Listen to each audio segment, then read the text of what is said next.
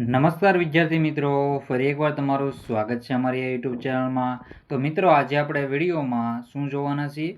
તો આપણે આજે આ વિડીયોમાં વિષય ગુજરાતીનું મિત્રો એકમ કસોટી પેપર સોલ્યુશન જોવાના છીએ સપ્ટેમ્બર 2025 માટે. ધોરણ 10 રહેશે, પ્રકરણ રહેશે 1 થી 13, ગદ્ય અને પદ્ય બંનેનો સમાવેશ થઈ જશે. તારીખ, વાર અને સમય જે હોય ત્યારે તમારે જ્યારે લેવાય ત્યારે પહેલાં પેપર જોઈ લો. IMP મોડલ પેપર રહેશે. કુલ ગુણ રહેશે 25 ગુણનું પેપર રહેશે, તો સાહિત્ય પેપર જોઈ લેવું. તો મિત્રો, આપણે હવે સોલ્યુશન સ્ટાર્ટ કરી દઈએ. તો વિભાગ એ છે, એમાં પ્રશ્ન નંબર 1 છે અ.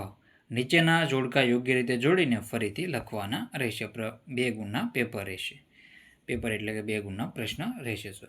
એમાં પેલું છે સંજય અને દાસ કાકા. તો સંજય તો એ કેરેક્ટર એટલે કે એ પાત્ર કયા પ્રકરણમાં આવે છે, એમ કે કૃતિમાં આવે છે. તો એમાં જવાબ આવશે રેસનો ઘોડો.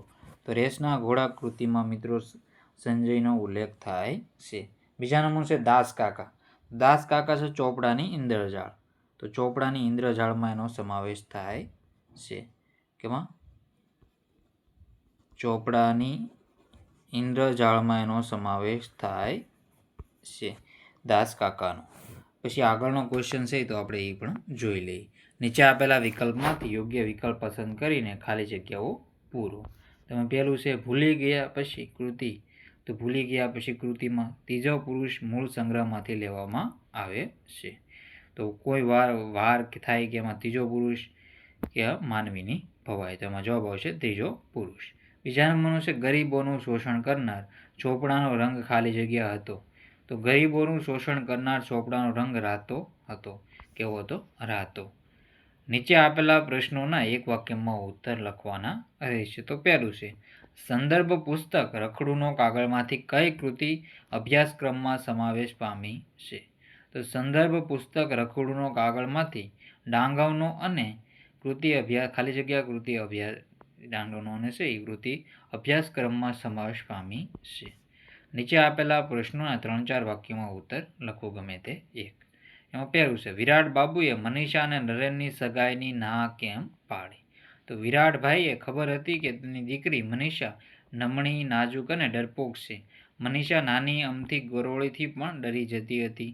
સિંહની એકાદ ત્રાળ સાંભળીને જ તે મરી જશે એ નરેનને વિધુરનું જીવન જીવવું પડશે એવું લાગતા મનીષાના પિતા વિરાટભાઈએ મનીષા અને નરેનની સગાઈની ના પાડી. બીજા નંબર છે લેખક રક્તવર્ણ શાહુકારી ચોપડાના પાના કેમ ફાડી નાખ્યા? તો જીવલાનું જીવન કરુણાથી ભરેલું હતું. એ કરુણ જીવન જોઈને લેખકનું હૈયું દ્રવી ઉઠ્યું. લેખક પાસે ઉઘરાણીનો જે ચોપડો હતો એમાં જીવલાનું દેવું 5 ગણું વધી ગયું હતું.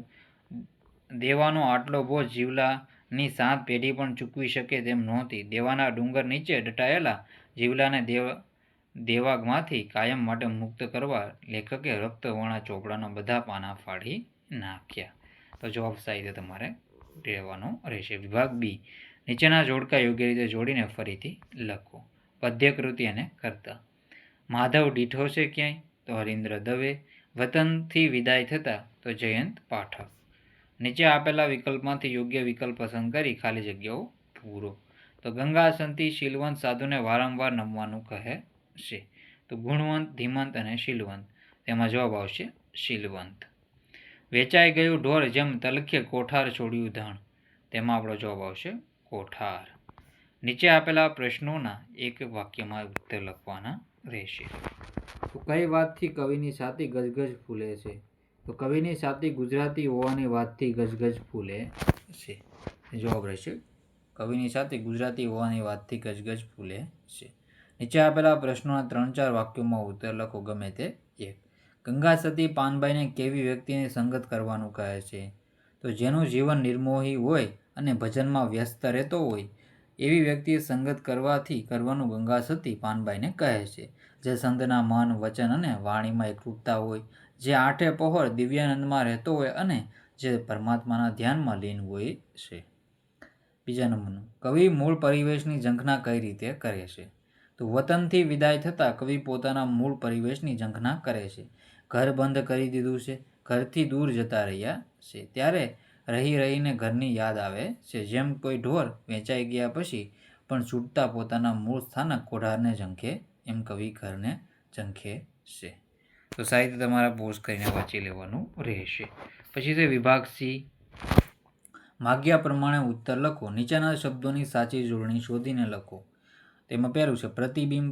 તો પ્રતિબિંબ, તો મિત્રો અહીંયા પ્રતિબિંબ આવી રીતે રહેશે. આપેલા શબ્દોની સાચી સંધિ જોડો. તો દિગંબર, તો એમાં જવાબ આવશે દિગંબર. આપેલા શબ્દોનો સમાસ ઓળખાવો. તો આદિવાસી, તો આદિવાસી છે તો એ ઉપપદ સમાસ રહેશે. કેવો? ઉપપદ સમાસ છે. તેમાં આપણે આદિ જાતિ વિવસનાર એવી રીતે કહી શકીએ. આપેલ શબ્દના જોડણી ભેદે થતા અર્થભેદ જણાવો. ખાંસી તો ઉધરસ, ખાંસી તો બરોબર, ખાંસી તો ઉધરસ અને ખાંસી તો બરોબર. પછી છે આપેલ સંજ્ઞાઓનો આપેલા વિકલ્પમાંથી સાચો પ્રકાર શોધીને લખો. દાળ ચોખા, તો દાળ ચોખા છે એ દ્રવ્યવાચક રહેશે. કેવું રહેશે? દ્રવ્યવાચક. નીચેના રૂઢિપ્રયોગનો અર્થ આપો. તો દાવ પેચ રમવા, તો યુક્તિ પ્રયુક્તિ કરવી. શું થશે? દાવ પેચ રમવા તો યુક્તિ પ્રવૃત્તિ કરવી. પછી છે આપેલ વાક્ય કે પંક્તિમાં અલંકારનો પ્રકાર જણાવો. તો આટલા વર્ષે બાળક જ રહ્યો, તો વ્યાજ સ્તુતિ. ઉપમા તો ઉત્પ્રેક્ષા, તો વ્યાજ સ્તુતિ. નિંદાના હાથે પ્રશંસા અને પ્રશંસાના હાથે નિંદા.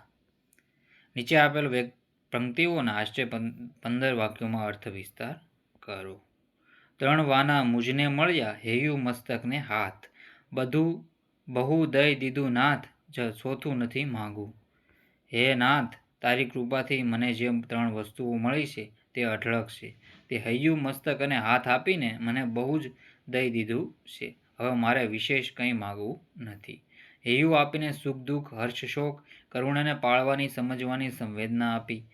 સારા સાર વિવેક કેળવીને જીવનને ઊંચે લઈ જવા માટે આયોજનની દ્રષ્ટિ વિકસાવવા મગજ આપ્યું.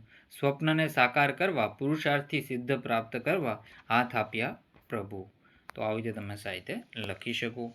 પછી છે આ 3નો સમુચિત ઉપયોગ કરીને જે માણસ સામાજિક, આર્થિક, ભૌતિક, આધ્યાત્મિક અને વિજ્ઞાન તેમજ સાહિત્ય, સંગીત અને શિલ્પ જેવા વિવિધ ક્ષેત્રે વિકાસ કર્યો છે.